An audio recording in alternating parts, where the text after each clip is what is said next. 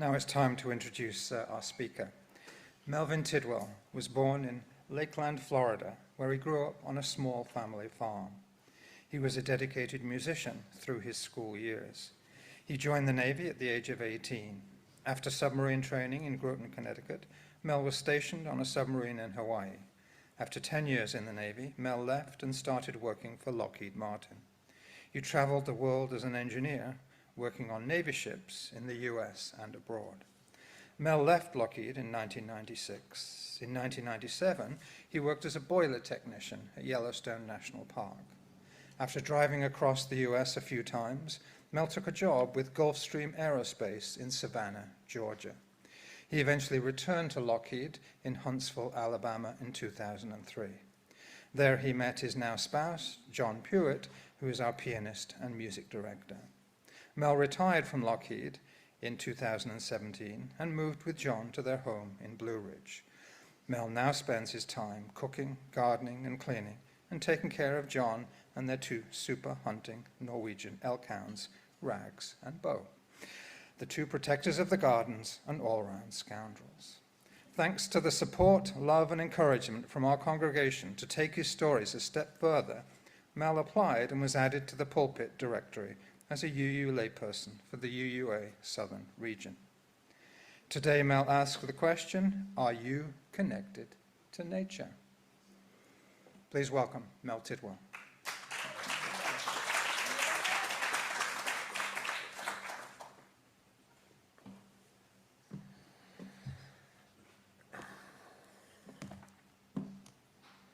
Good morning, beavers.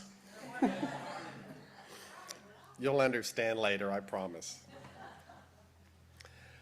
How many of you feel connected to the earth?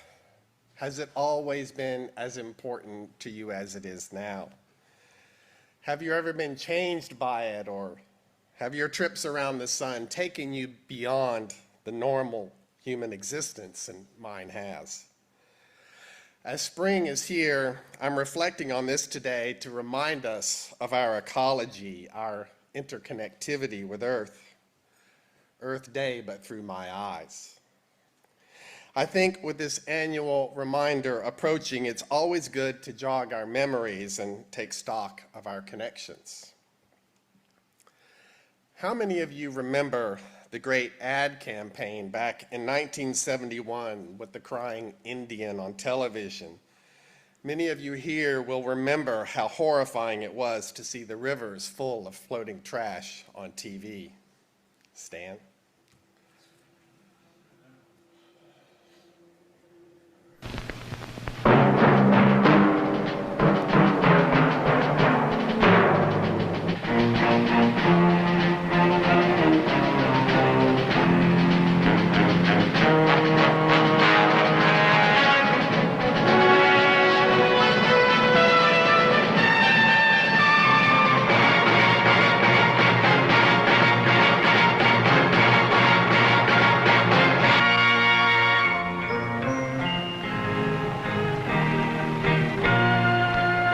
Some people have a deep, abiding respect for the natural beauty that was once this country.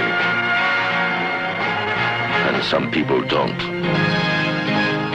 People start pollution. People can stop it.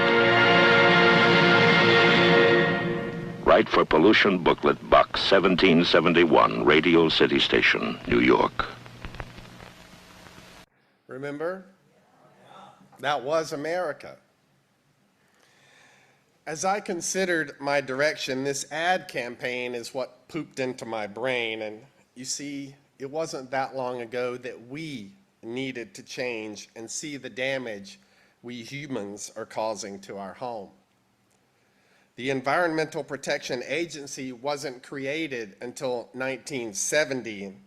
Of course, we are all probably aware of the attacks and dismantling this valuable agency is now undergoing. So, shall we go down the rabbit hole together?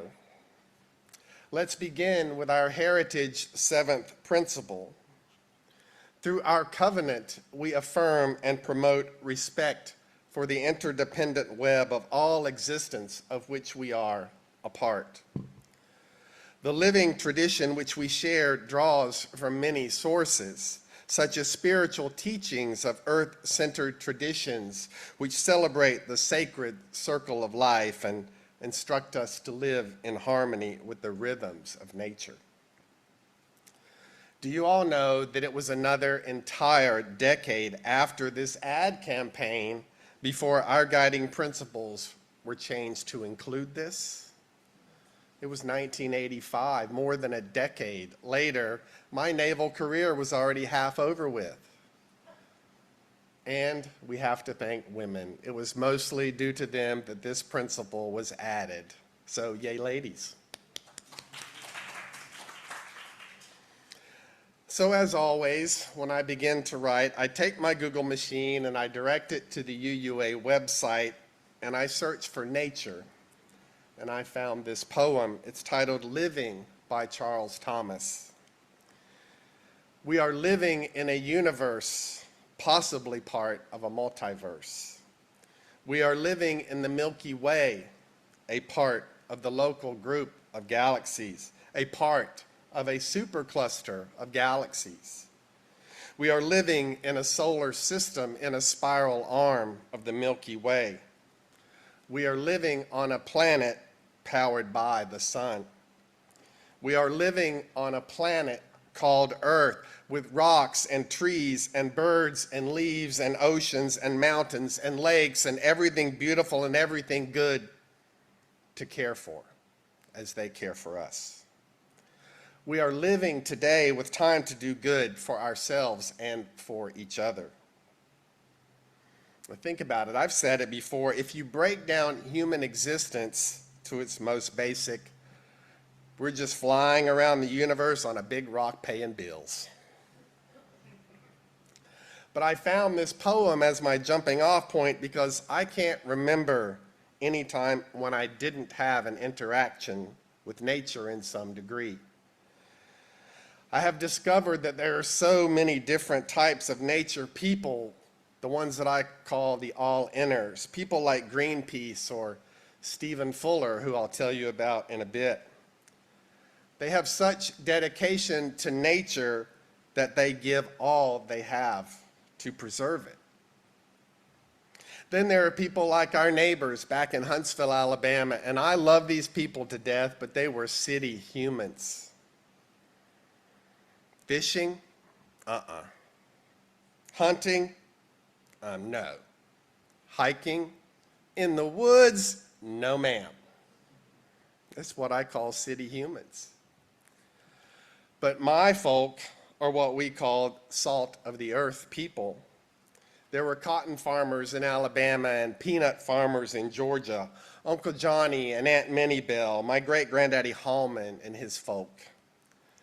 You know, these people are just a short time away from us. It isn't thousands or hundreds of years, but just a few past decades. These are people that wore denim overalls and didn't own anything else and never had a picture in anything else and was buried in them as well.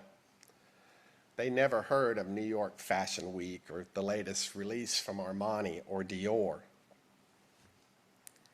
Now, I believe my family's favorite baby story to tell about me was connected to nature. I was one. I was naked. I was outside standing under the water spigot right in front of my sister's school bus stop. She must have been in the first or second grade or so, and this is probably one of the few times I've embarrassed her. She loves me and accepts my tomfoolery, but doesn't that say something about my connection to nature? Already naked outside at 1. From the time I was 5, we lived in a marshy area in Central Florida in the town of Lakeland. Most of you know that. It's the home of Publix. Back then it was just Publix, and of course we rarely shopped there. They weren't in our budget or on our side of town. We shopped at Gibsonia's supermarket, but only for things we didn't have from our homestead or a local farm, and I loved going to that supermarket for a few good reasons, but mostly because of the high school boy behind the butcher counter. We lived on the north side of town, the farming side, and I can't truly describe our road, but the only kids outside cousins were the Johnson family, 3 boys my age or younger, and a foster son named George. We grew vegetables and such, and it was a rural community. The only thing separating us from a 25-acre tropical fish hatchery was a drainage ditch, and I could probably name most tropical fish species by the time I was 10. We seriously walked about 20 feet out of our back door and scooped fish right out of the ditch. Guppies, mollies, swordtails, angelfish. There was even a rumor that my cousins Angie and Rhonda told me that there were piranha in a few of them ponds out there. And I should preface this to say we also believed in vampires and quicksand. Thank you to Bela Lugosi and Johnny Quest. But there were a lot of snakes back then, especially them mean moccasins that like to be near the water. We're all lucky we didn't die messing with those things. There was a tree fort back in the Bay Head, and we had a rope swing that we would jump on and land in the water. And of course, we always had to get a stick and chase the snakes away before we could do that. Our family lived that rural life that so many crave today but have no idea what it takes. You see, while catching those beautiful fish that you don't appreciate, because the only reason you're outside is to get out of the house like your mama told you to, you're not thinking of the impact you're having. You're just a little boy catching pretty fish. It doesn't dawn on you during those really young years the circle of life that is happening. The reason you see all of those snakes is because of these giant frogs. My Auntie Faye's husband ran over a giant bullfrog in our driveway, and it was larger than the blade of a shovel. That giant frog was there because of all the fish available in 25 acres of open ponds and the mosquitoes that went along with them, which caused all the snakes to be there. It was ecology showing out at its finest. Now, the irony of all this is back then, we used to go camping to get away. Away from what? The mosquito truck? But yes, we would. My mama would pack that thing up and we would head to Hog Island or some other state campground. Now this next thing, y'all, I know you may not believe me, but my parents decided to take my Granny Tidwell to see her sister in San Francisco, California. I think it was actually Oakland, but it doesn't matter. Can you see where this is going? My mom and dad, my granny and granddaddy, and me in a pickup truck in about 1976. And it wasn't one of these new ones with 4 doors and back seats. It had a bench seat and the shift on the column. They put one of them toppers on the back and ran a hose from the air conditioning into the back and threw in 3 beanbag chairs. Now, I ain't gonna cuss y'all, but can you imagine from Florida to California and back at 15 years old in the bed of a truck with your grandparents in beanbag chairs? That was rough. Somehow we all survived, but it was this trip that showed me those redwood forests for the first time. Those ribbons of highway in the song, "This Land Is Your Land." Do you remember when we sang those songs in school? Do they still do that? Does anybody know? Yeah. This land is your land. But anyway, after leaving home and joining the Navy, the value of nature began to grow as my age did. I had finally escaped the echo chamber of my existence, and I was stationed in Groton, Connecticut. Should I tell you how in 1980 a young boy from Florida was going to exist in a winter's snow? Maybe not, but I did survive. Obviously, I'm here. But I also came to the terrifying understanding of how my connection to water was about to change. Remember, I told you I was in the submarine forces.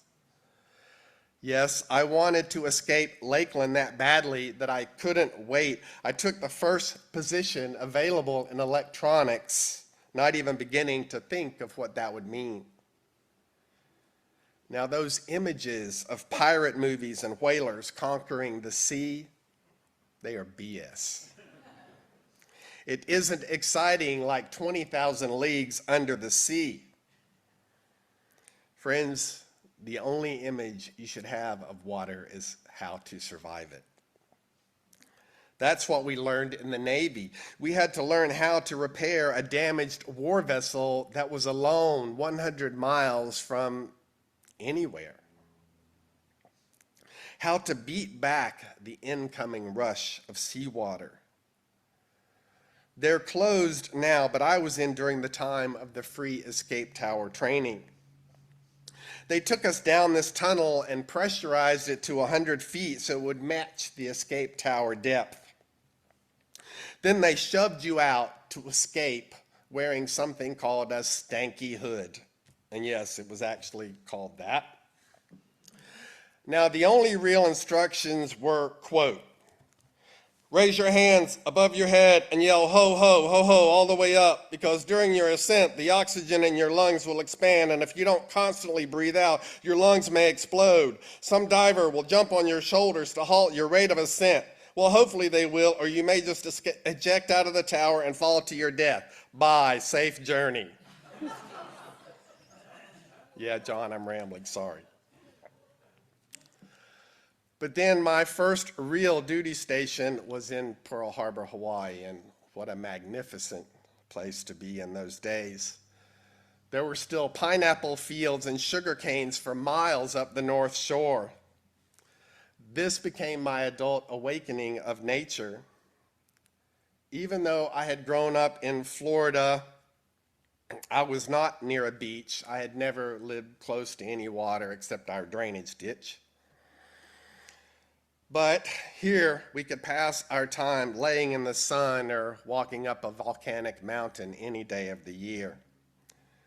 There's a hike called Stairway to Heaven, and it is 3,922 steps up the Ko'olau Mountains, and I've survived this a few times, but I was much younger and way more fit back then. But it was also during this time that I got my first ticket from the cops. It was $25 for nude sunbathing at Diamond Head Beach. And yes, the Diamond Head right up next to Waikiki. And I have done the tourist march up that Diamond Head several times, but my favorite was sneaking up the backside just before the entry point closed. We didn't need much. It was warm, and camping overnight in the old gun emplacements overlooking the Pacific is indescribable. I did this twice, and now I cringe knowing how wrong it was, but geez, how exciting. That unobstructed view over the ocean, looking to your left for sunrise and your right for sunset, and I could envision those gun emplacements coming to life on December 7th, 1941. And I wish I could share what a feeling it was to be 20 and outside the rules, sitting where most never go. Now cap all of this off with going so far beneath the ocean that I'm not allowed to tell. Listening to the creaking of the steel as the pressure builds, the deeper we go. We are only a few millimeters away from water, absolute insurvivable pressures of water. Just the hull of the boat. We seriously went about our day as if death wasn't a half-inch away. Working, eating breakfast, reading books, watching movies. We weren't wandering around wondering when we would die. That's how I feel now. Why didn't I wonder that back then? And I'm now thanking all of those union welders that created these wonders of our imagination, created the ecology inside that world we had to have to survive. We up here in the mountains interact with nature almost daily. Whether it's deer you want in your yard or deer you want to hunt. We know how wind can affect our lives and how too much rain will loosen soil, how we must interact with our environment to make a safe place for us to exist. As our Flower Power program is a proud testament to all our great gardeners, we know that you don't just move into a land and plant seeds. That might work for a season or two, and then you begin to see that even the gardens that feed us need feeding. It's an interaction between human and nature. We become the beavers building our worlds around us. Now, I think the best way to save nature is to use it, experience it firsthand. Unfortunately, with our technological world, the agencies that run the lands we have set aside for preservation only see numbers. How many people visit a park? How many actually vote on resource-based issues? How much money can they make? I often wonder if any of the current leadership has ever spent a night in nature without a guide or tour. The current treatment being given to our great wonders of the world is horrific. They are being sold for profit and not yours and mine. Recently, down in Florida, the government was planning to eradicate 1,000 acres of Jonathan Dickinson State Park, and they gave it the name 2024 or 2025 Great Outdoors Initiative to make it sound like this great thing. They were actually choosing to sell off lands to developers of golf courses and condos and hotels. Luckily, through the use of social media, this plan was shelved. After 8 days of outrage by Floridians, the governor was at a press conference and he was asked, "What are the plans for the park?" And he answered by saying, "Oh, the plans were half-baked and not ready for prime time and will not happen this year." This is another way our ecological impact can happen and shape our environment. Use our technology to stay aware. Follow impact groups like the Florida Wildlife Federation or the Georgia Wildlife Federation. That's where you can stay informed on the issues affecting us. They show events and ways to help and bring awareness, whether through voting or maybe signing a petition. Our family congregation already does many things for our natural world. From the road crew led by Ted Weir to remove the trash us humans inflict, across the spectrum to the beautiful pollinators grown by our gardeners for Flower Power led by Nancy Hart. Today is just a gentle reminder that we need to stay ever vigilant within our covenant. We are the beavers. Just as they reshape streams to survive, we make ecological living places altering earth, air, and water. When I worked in Yellowstone Park, I had the privilege of working for a man named Stephen Fuller. He was then, and still is to this day, the winter keeper of the Canyon Lodge facility in the park. He started that job back in 1973, and he's been living there for more than 50 years now. He's lived in Yellowstone Park longer than any human since the park was created. If you Google his name, you can see his story on YouTube, and Stacy, I'll share a link on our Facebook page. He is a photographer and pure naturist. He lives the winters in total isolation in a cabin, and it's more than 40 miles by snowmobile to reach any other human. His job is to climb up onto the facilities and remove all the snow so the buildings don't collapse from the weight of it. You can watch his video and see him in action. I think he's a pretty wise man, and he says that the natural world is infinitely entertaining and deeply mysterious, and I agree. I'm hoping to someday share my summer in that magical place with you if the inspiration comes, but for now, I will share something I found truly profound. He said a large part of American mythology has to do with life in the wilderness, but it is under constant threat. Its continued existence depends on our care and stewardship. I'm hoping you will give it just that, care and stewardship. Thank you, Beavers.